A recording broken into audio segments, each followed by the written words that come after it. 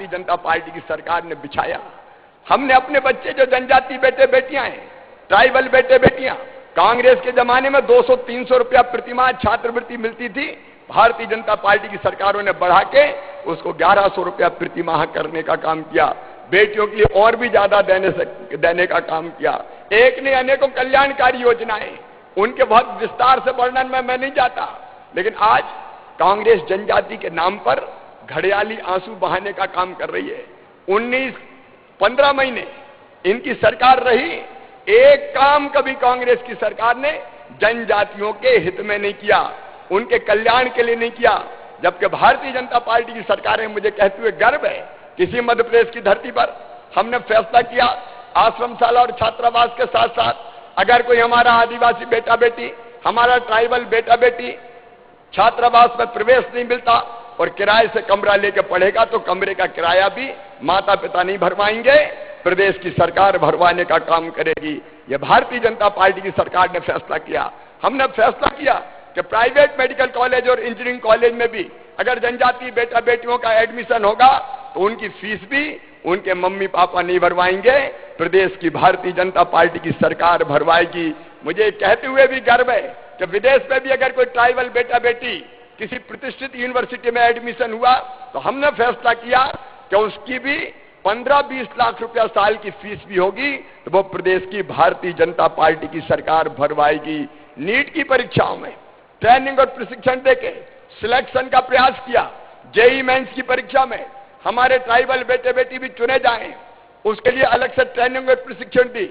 और गर्व के साथ मैं कहता हूं कि हमारे कई बेटे आज डॉक्टर, आज इंजीनियर बन के पढ़ाई कर रहे हैं और समाज को आगे ले जाने के काम में लगे हुए हैं। आज जब मैं अमर बलिदानी रघुनाथ शाह और शंकर शाह जी के बलिदान दिवस पर आपके बीच आया हूं तो मुझे ये कहते हुए प्रसन्नता है कि कई फैसले जो माननीय प्रधानमंत्री जी ने, हमारी केंद्र सरकार ने जनजाति भाई बहनों के लिए पहले लिए, उनको और आगे बढ़ाने का काम कर रहे हैं। विस्तार से हम सुनेंगे हमारे नेता आदरणीय अमित शाह जी को। लेकिन मेरे बहनों और भाइयों, हमने कुछ फैसले आज बलिदान दिवस के अवसर पर किए। एक तो हमने सबसे पहले यह तय किया कि मध्य प्रदेश में हर साल 15 नवंबर को बिरसा भगवान के जन्मदिन पर 15 नवंबर को जनजातीय गौरव दिवस मनाया जाएगा, पूरे धूमधाम के साथ, पूरे सम्मान के साथ। देखिए, हमारे प्रधानमंत्री जी कहते हैं सबका साथ, सबका विकास और सबका विश्वास, सामाजिक न्याय, लेकिन सामाजिक समरसता को ध्यान में रखते हुए एकता के सूत्र भी ना टूटे। और इसलिए मूल निवासी दिवस जैसी कल्पना ये विदेशी कल्पना है, ये हमारी संस्कृति से मेल नहीं खाती। हम तो जनजाति गौरव दिवस को पूरे धूमधाम से मनाएंगे। और जनजाति गौरव दिवस के पहले हम लोगों ने फैसला किया कि आज 18 सितंबर को इस बलिदान दिवस के अवसर पर हम कुछ ऐसे फैसला करें जो जनजातीय संस्कृति के विकास के लिए, परंपराओं को आगे बढ़ाने के लिए और उनके आर्थिक और सामाजिक उन्नयन के लिए मील का पत्थर साबित हो। ऐसे कुछ फैसले हमने किए हैं।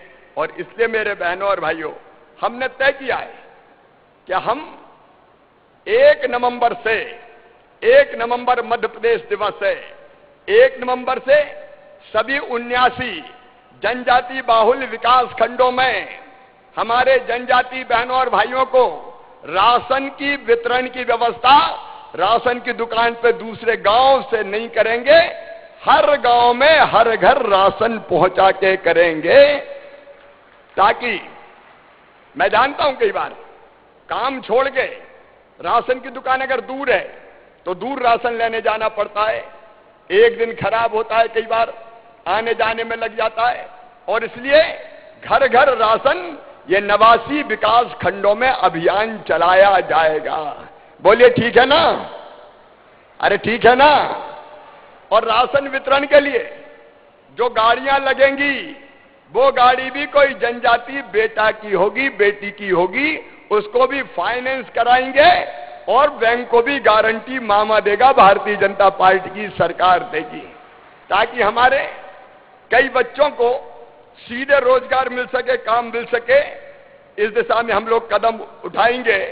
और हमने तो किराया विराया भी फिक्स कर दिया, एक गाड़ी का 26,000 रुपया महीना, ताकि किस्त निकाल के भी पैसे बच जाए और वे ईमानदारी से राशन पहुंचाने का काम कर सके। बहनों और भाइयों, कांग्रेस ने केवल नाटक किया, लेकिन आज हमारे नेता, हमारे केंद्रीय गृह मंत्री जी, जिनके नेतृत्व में जन कल्याण के अनेकों काम भारत सरकार के माध्यम से संपन्न हो रहे हैं, आज उनके समक्ष आपके सामने हम ये फैसला कर रहे हैं कि सामुदायिक वन प्रबंधन के अधिकार जनजातीय भाइयों और बहनों को दिए जाएंगे। सामुदायिक वन प्रबंधन के अधिकार हमारे जंगलों में रहने वाले, वनों के आसपास रहने वाले हमारे सारे भाइयों और बहनों को वनोपज से रोजी रोटी उनकी चले, आजीविका मिले। हमने ये फैसला किया है और हम ये भी फैसला कर रहे हैं, अभी पायलट प्रोजेक्ट के रूप में तेंदू पत्ते को बेचने का काम भी अब हमारी वन समिति और ग्राम सभाओं को हम देने का काम का प्रारंभ करेंगे, ताकि वनोपज पर वास्तव में जनजातीय और भाई बहनों को, ट्राइबल भाई बहनों को रोजगार मिल सके। एक देवारण्य योजना हमने बनाई है। हमारे जंगलों में अनेकों प्रकार की औषधियां हैं, औषधियों की खेती भी हमारे आदिवासी भाई और बहन करते हैं, और इसलिए जो कच्चा माल है, प्रधानमंत्री श्रीमान नरेंद्र मोदी जी ने यह फैसला किया कि वनोपज को भी न्यूनतम समर्थन मूल्य पर खरीदा जाएगा। छिंदवाड़ा के भाई और बहन अच्छी तरह जानते हैं, जब मैं पातालकोट गया था तो वहां अचार की चिरौंजी होती है, 2, 4, 5 रुपए किलो बिकती थी। तब हमने फैसला किया था कि मिनिमम सपोर्ट प्राइस पे इसको 100 रुपया किलो से कम में नहीं बिकने देंगे। हमने 100 रुपया तय किया, वो 100 रुपए किलो से ज्यादा बिकने लगी।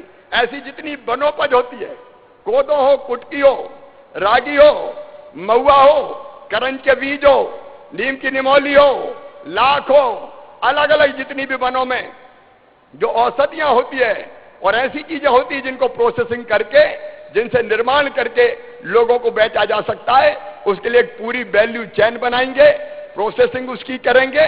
देवारण्य योजना के अंतर्गत वन औषधियां और वन उत्पाद को प्रोसेसिंग करके बेच के हमारे जनजाति भाई बहन ज्यादा लाभ कमा पाए, इस बात का हम प्रयास करेंगे।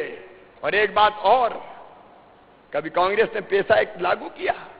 केवल बात करते रहे, केवल चर्चा करते रहे। कब पेशा एक्ट लागू किया? कब 5th शेड्यूल 5वीं अनुसूची पर अमल किया? आज में हमारे नेता माननीय अमित शाह जी पधारे, भारतीय जनता पार्टी के मध्य प्रदेश की सरकार एक ऐतिहासिक फैसला कर रही है। पेशा एक्ट चरणबद्ध तरीके से मध्य प्रदेश की धरती पर लागू किया जाएगा जनजाति भाई और बहनों के लिए।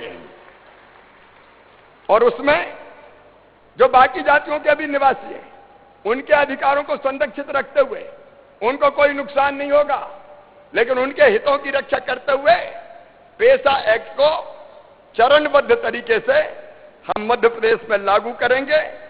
पेशा एक्ट ग्राम सभा को सामुदायिक संसाधनों की सुरक्षा और संरक्षण का अधिकार देती है। वन भी सामुदायिक संसाधन है, इस कारण पेशा एक्ट वनों की सुरक्षा और संरक्षण का भी अधिकार ग्राम सभा को देता है। और इसलिए हम अमली जामा इसको पहनाने के लिए सामुदायिक वन प्रबंधन समितियों के गठन की जिम्मेदारी ग्राम सभा को देने की शुरुआत करेंगे। ग्राम सभाओं को ये अधिकार जाएंगे। अब सामुदायिक वन प्रबंधन समितियां वर्किंग प्लान के अनुसार हर साल माइक्रो प्लान बनाएगी और उसे ग्राम सभा से अनुमोदित करवाएगी, और समितियां ही उस प्लान को क्रियान्वित करेगी। वन विभाग का अमला विजय शाह जी समितियों को केवल मदद करेगा, बाकी काम समितियां करेगी, और समिति को ग्राम सभा के सामने कामों का लेखा जोखा देना पड़ेगा। वनों के प्रबंधन के दौरान कटाई छटाई से जो बांस और बल्ली जलाऊ लकड़ी निकलेगी, उस पर भी अधिकार समिति का होगा।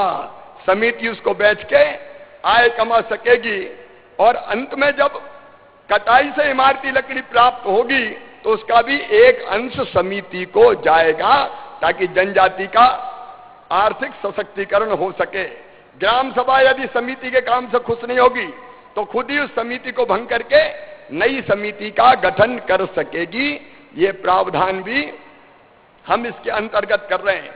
वन प्रबंधन के अधिकारों के साथ साथ हमने तय किया है कि हम ग्राम स्वराज का सर्वोत्तम उदाहरण पेश करें। पंचायती राज व्यवस्था की 5वीं अनुसूची के क्रियान्वयन में जो समस्याएं थी उनके समाधान का राज्य सरकार ने फैसला किया है। अब इस निर्णय के कारण पेशा कानून के प्रभावी क्रियान्वयन के लिए पेशा ग्राम सभाओं का गठन किया जाएगा। ग्राम सभाएं अपने स्थानीय विकास की योजनाएं बना सकेंगी और वनोपज के अधिकार से उनकी आर्थिक स्थिति और बेहतर होगी। और जैसा मैंने कहा कि गैर जनजातीय भाई और बहनों के अधिकारों को भी पूरी तरह से संरक्षित रखा जाएगा। किसी को परेशानी होने की जरूरत नहीं है। वर्ग संघर्ष नहीं, वर्ग समन्वय, सामाजिक समरसता इसका मूल मंत्र होगा। मेरे प्रिय बहनों और भाइयों, हमने यह भी तय किया कई जगह ऊंची ब्याज की दरों के कारण गरीब जनजाति भाई बहन का शोषण होता है और इसलिए हमने मध्य प्रदेश अनुसूचित जनजाति साहूकार विनियम 1972 को अब और प्रभावी बनाया है और उसमें संशोधन करके जनजाति क्षेत्र में साहूकारी का धंधा करने वालों के पंजीयन शुल्क में वृद्धि के साथ ब्याज की दरों को भी नियंत्रित कर दिया है। जो तय दरें हैं उससे ऊपर अगर कोई ब्याज लेगा तो उसको कड़ा दंड दिया जाएगा। यह फैसला भी सरकार ने किया है। एक बीमारी होती सिकल सेल एनीमिया, उससे बचाने के लिए, क्योंकि इस बीमारी के कारण खून की कमी, शरीर में दर्द, विकृतियां और रोग प्रतिरोधक क्षमता में कमी आती है और ये जनजातीय क्षेत्र में अधिक होती है और इसलिए 89 जनजातीय विकास खंडों में सिकल सेल बीमारी से निजात पाने के लिए 15 नवंबर से मध्य प्रदेश राज्य सिकल सेल मिशन प्रारंभ किया जाएगा और सिकल सेल की बीमारी का पूरा इलाज निःशुल्क किया जाएगा। इलाज में जितना खर्च आएगा राज्य सरकार उठाएगी। जनजातीय क्षेत्रों में शिक्षा के लिए माननीय प्रधानमंत्री जी ने अनेकों प्रावधान किए हैं। व्यवसायिक शिक्षा, रोजगारोन्मुखी शिक्षा, एक नहीं अनेकों प्रावधान है। उन प्रावधानों को अक्षरशः लागू करेंगे। फीस भरवाने से लेके और जनजातीय क्षेत्रों में 8वीं और 9वीं से ही हमारे बेटा बेटियों को नीट और जेईई मेंस की परीक्षा की तैयारी करवाना, स्मार्ट क्लास की ऑनलाइन व्यवस्था करना, ये जो प्रधानमंत्री जी का संकल्प है उसको पूरा करने का भी हम लोगों ने फैसला किया है और पाठ्यक्रम को भी आज की आवश्यकताओं के अनुरूप बनाया जाएगा। जनजातीय कौशल विकास की दृष्टि से भी हमने कई फैसले किए हैं। हमारे ऐसे बेटा बेटी जो 8वीं के बाद पढ़ाई नहीं कर पाते और स्कूल छोड़ देते हैं, उनको फिर से कौशल विकास में प्रशिक्षित किया जाएगा। सर्टिफिकेट दिए जाएंगे ताकि वो शिक्षा व स्वरोजगार के माध्यमों से फिर से अपनी रोजी रोटी चला सके। हर पंचायत में कम से कम 4 लोगों को ग्रामीण इंजीनियर के रूप में प्रशिक्षित किया जाएगा ताकि गांव के काम सीख के जनजाति बेटा बेटी और गांव के लोग ही कर सकें। कौशल विकास के साथ साथ एक और फैसला हमने किया है, 1 साल के अंदर बैकलॉग के जितने पद हैं वो सारे के सारे पद भरने के लिए अभियान चलाया जाएगा ताकि रिक्त पदों पर हम भर्ती कर सकें और ऐसी भर्तियां जिनमें प्रक्रिया अधूरी रह गई है उन प्रक्रियाओं को भी हम पूरा करने का काम करेंगे। मछली पालन, मुर्गी पालन, बकरी पालन के लिए भी एक एकीकृत योजना बनाई। हमारी ट्राइबल बहनें इन कामों में बहुत आगे और कई हमारे जो सेल्फ हेल्प ग्रुप है वो बहुत बेहतर ढंग से इस व्यवसाय को कर रहे हैं और आर्थिक रूप से सशक्त और संपन्न बन रहे हैं। इसको भी एकीकृत रूप से हम करके अनेकों प्रकार की ऋण की, उसकी गारंटी की व्यवस्था लेके इनको आर्थिक रूप से उन्नत बनाने का काम करेंगे। मेरे बहनों और भाइयों, हमने यह भी फैसला किया है, अभी हमने देखा राजा शंकर शाह और रघुनाथ शाह की वीरता। हम अपने बच्चों को पुलिस और फौज में जाने के लिए भी विशेष रूप से ट्रेनिंग देने का काम करेंगे जिससे हमारे बेटा बेटियां ऐसी प्रतियोगी परीक्षाओं में सफल होके आर्मी और पुलिस के माध्यम से भी देश की सेवा कर सके। 15 नवंबर को मैंने बताई कि जनजाति गौरव दिवस हम मनाएंगे। आज हम